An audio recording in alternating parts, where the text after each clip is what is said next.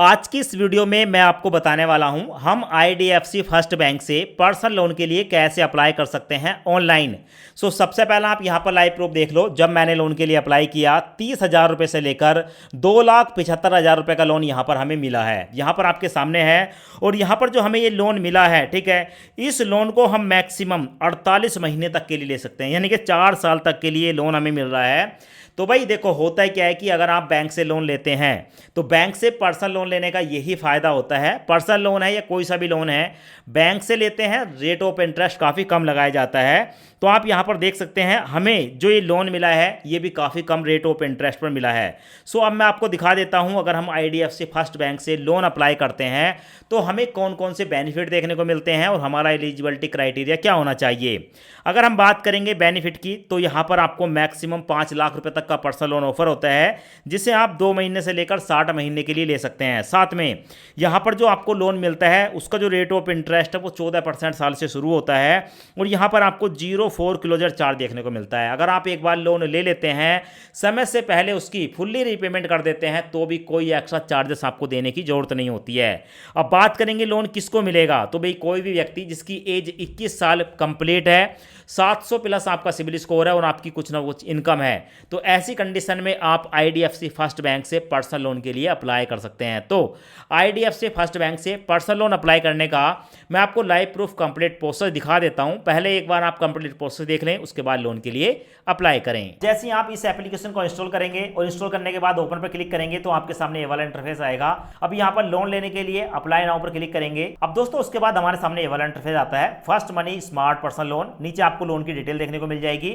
यहाँ पर एक ऑप्शन है गेट मनी, इस पर क्लिक करेंगे। अब उसके बाद हमारे सामने ये वाला इंटरफेस आता है। यहाँ पर आप अपना मोबाइल नंबर डालेंगे जो आपके आधार कार्ड के साथ लिंक हो। अब उसके बाद आपके मोबाइल नंबर पर एक ओटीपी आएगा, ओटीपी यहाँ पर डालकर सबमिट पर क्लिक करेंगे। अब उसके बाद यहाँ पर आपको आपका मोबाइल नंबर देखने को मिल जाएगा और नीचे देखने को मिलेगा पैन नंबर। यहाँ पर आप अपने पैन कार्ड का नंबर डालेंगे। अब उसके बाद आपके सामने ये वाला इंटरफेस आएगा। यहाँ पर आपको देखने को मिलेगा आपको मोबाइल नंबर, यहाँ पर पैन कार्ड का नंबर आ गया, यहाँ पर name as per PAN card पर, ठीक है, जो आपका नाम है अपना नाम डाल देंगे, अपनी यहाँ पर डेट ऑफ बर्थ डालेंगे, उसके बाद प्रोसीड पर क्लिक करेंगे। अब उसके बाद आपके सामने ये वाला इंटरफेस आएगा। यहाँ पर हमारा आधार कार्ड के साथ लिंक हमारा फोन नंबर जो है, ठीक है, वो भी सबमिट हो चुका है। पैन कार्ड सबमिट हो चुका है। यहाँ पर हमारा जो पैन कार्ड पर नाम है वो भी सबमिट हो चुका है।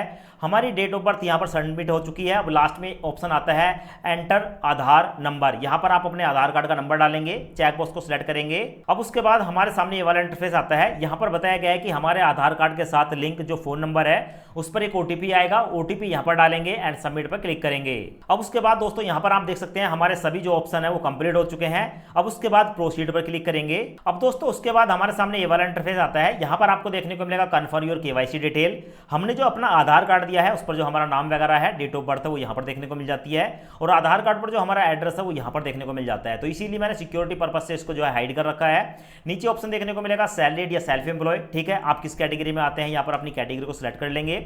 और नीचे देखने को मिलेगा स्पाउस, यानी कि आपकी पत्नी, आपकी मदर या आपके फादर, किसी एक का नाम बताएंगे और आपके साथ क्या रिलेशन है, यहाँ पर रिलेशन को सिलेक्ट करेंगे और उसके बाद गेट ऑफर पर क्लिक करेंगे। अब उसके बाद दोस्तों आप देख सकते हैं हमारे सामने ऑफर निकल कर आ चुका है। हमें यहाँ पर 2,75,000 रुपए का लोन, ठीक है, यहाँ पर दिखाया गया है कि हम 30,000 से लेकर 2,75,000 रुपए का लोन ले सकते हैं और ये लोन हमें जो मिल रहा है, ठीक है, वो 36 महीने के लिए मिल रहा है। अगर 36 महीने के लिए हम लेते हैं तो 9,919 रुपए की ईएमआई जाएगी और अगर हम 48 महीने के लिए लेते हैं तो 7,910 रुपए की ईएमआई जाएगी। 3 साल और 4 साल तक के लिए हम इस लोन को ले सकते हैं। तो दोस्तों यहाँ पर आपको आपके हिसाब से आपकी जो लोन की लिमिट है वो देखने को मिलेगी जब आप लोन अप्लाई करेंगे। मेरे केस में 2,75,000 रुपए है।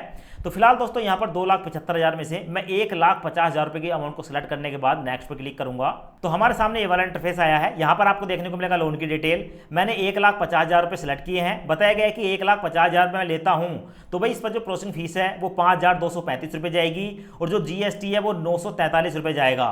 साथ में बताया गया है कि यहाँ पर ईएमआई प्रोटेक्शन प्लान है, 2,399 रुपए का चार्ज होगा। अब दोस्तों नीचे आपको देखने को मिलेगा अगर हम इस लोन को लेते हैं तो भाई हमारी जो टोटल रीपेमेंट होगी 1,58,577 रुपए होगी और हमारी जो ईएमआई है वो 5,436 रुपए की पड़ेगी और इस लोन को हम पूरे 36 महीने के लिए अप्लाई कर रहे हैं, जिसका मंथली जो ब्याज है वो रिड्यूसिंग है और 14% हमारा जो है ब्याज रहने वाला है। रिड्यूसिंग का मतलब है कि जैसे जैसे हमारे लोन की अमाउंट कम होती जाएगी वैसे ही हमारा जो लोन का जो रेट ऑफ इंटरेस्ट है वो भी कम होता जाएगा। अब दोस्तों दोस्तों यहाँ पर आप देख सकते हैं हमने यहाँ पर जो 1,50,000 रुपये का लोन लिया है, इसमें जो हमारी ईएमआई प्रोडक्शन प्लान है इसको हमने अनटिक कर दिया है। इसका मतलब क्या है कि अब हमारे बैंक अकाउंट में ज़्यादा पैसा जाएगा। तो ऐसी कंडीशन में अगर आपको सामने भी ईएमआई प्रोडक्शन प्लान है तो इसको आप अनटिक कर देंगे।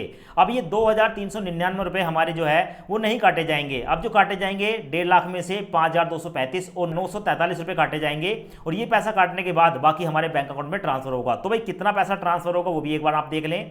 तो यहाँ पर आप देख सकते हैं 1,50,000, ठीक है, यहाँ पर आपके सामने आ चुका है। इसमें माइनस करेंगे हम प्रोसेसिंग फीस 5,235, ठीक है। अब यहाँ पर देखेंगे, अब उसके बाद दोस्तों 943 रुपये की जो है वो जीएसटी पड़ रही है, उसको भी हम माइनस कर देंगे। तो 943 रुपये यानी कि दोस्तों 1,43,822 रुपये ये हमारे बैंक अकाउंट में ट्रांसफर होगा। आप देख लो दोस्तों, इतना ही पैसा हमारे बैंक अकाउंट में ट्रांसफर होगा, 1,43,822 रुपये। और हमें जो टोटल रीपेमेंट करनी है वो 1,56,178 रुपये करनी है। हमारी ईएमआई अब जाएगी दोस्तों 5,353 रुपये की, क्योंकि 2,399 रुपये हमारा कम हो चुका है। लोन हमारा 36 महीने का है। हमारा जो 1 साल का ब्याज है वो 14% है। तो मैं इसको भी दिखा देता हूँ। 1 साल का ब्याज 14% है, तो महीने का ब्याज कितना रहा?